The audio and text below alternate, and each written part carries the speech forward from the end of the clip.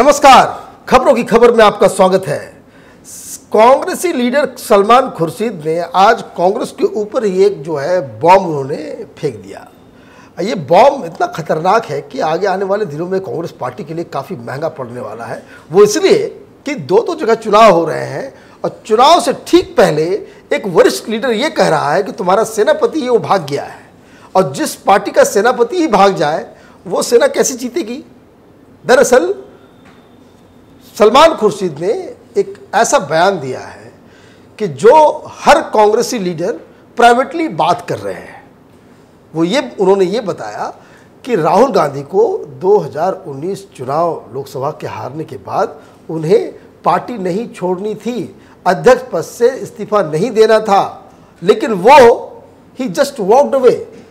कहने का मतलब कि पार्टी को बीच मझधार में उन्होंने छोड़ करके वो कहीं और निकल गए और ये जिद पकड़ ली कि वो अध्यक्ष पद नहीं रहेंगे, पार्टी को लीड नहीं करेंगे।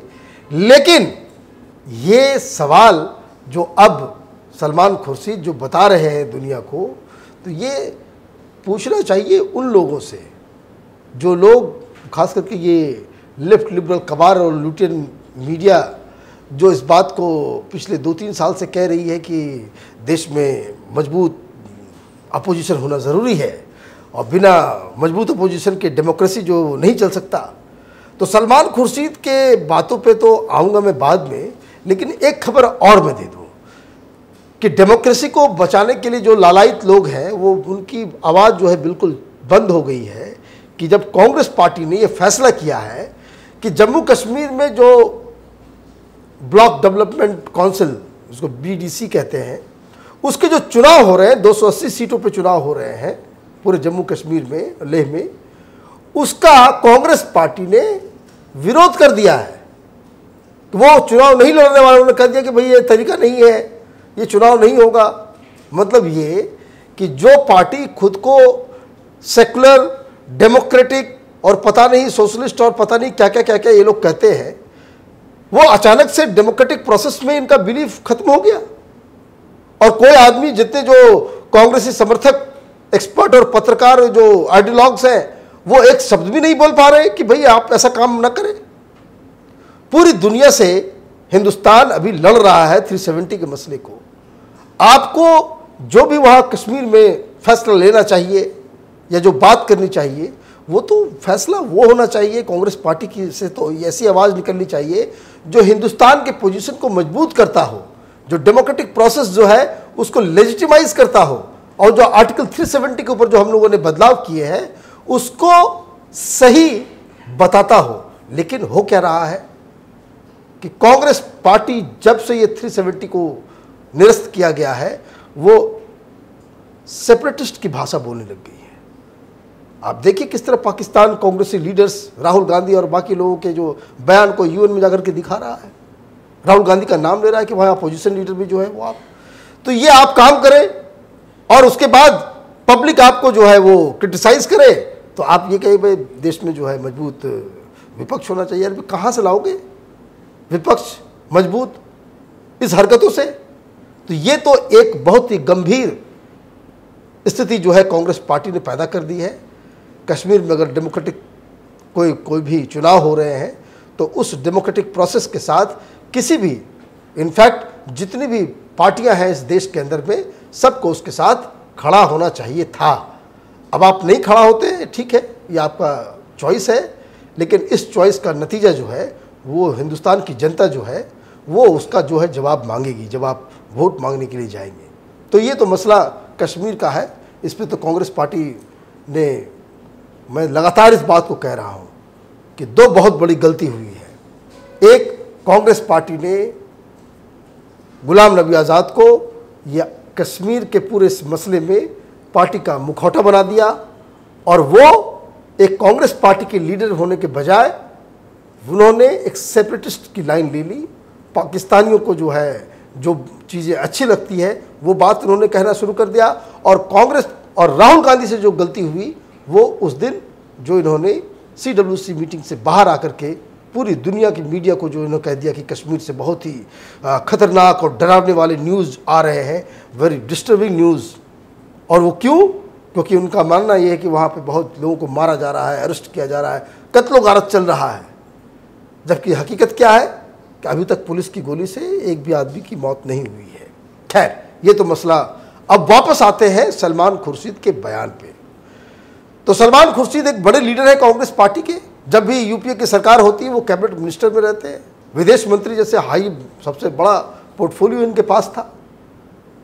तो अब उन्होंने कह दिया कि ये तो बीच मझधार में छोड़ करके पता नहीं बैंकॉक चले गए हैं वो मेडिटेशन करने, और ये जो मेडिटेशन तो वो वहाँ करते रहेंगे, और लेकिन बाकी जो महाराष्ट्र और हरियाणा में जो कांग्रेसी है उनकी उन्होंने नींद उड़ा दी है।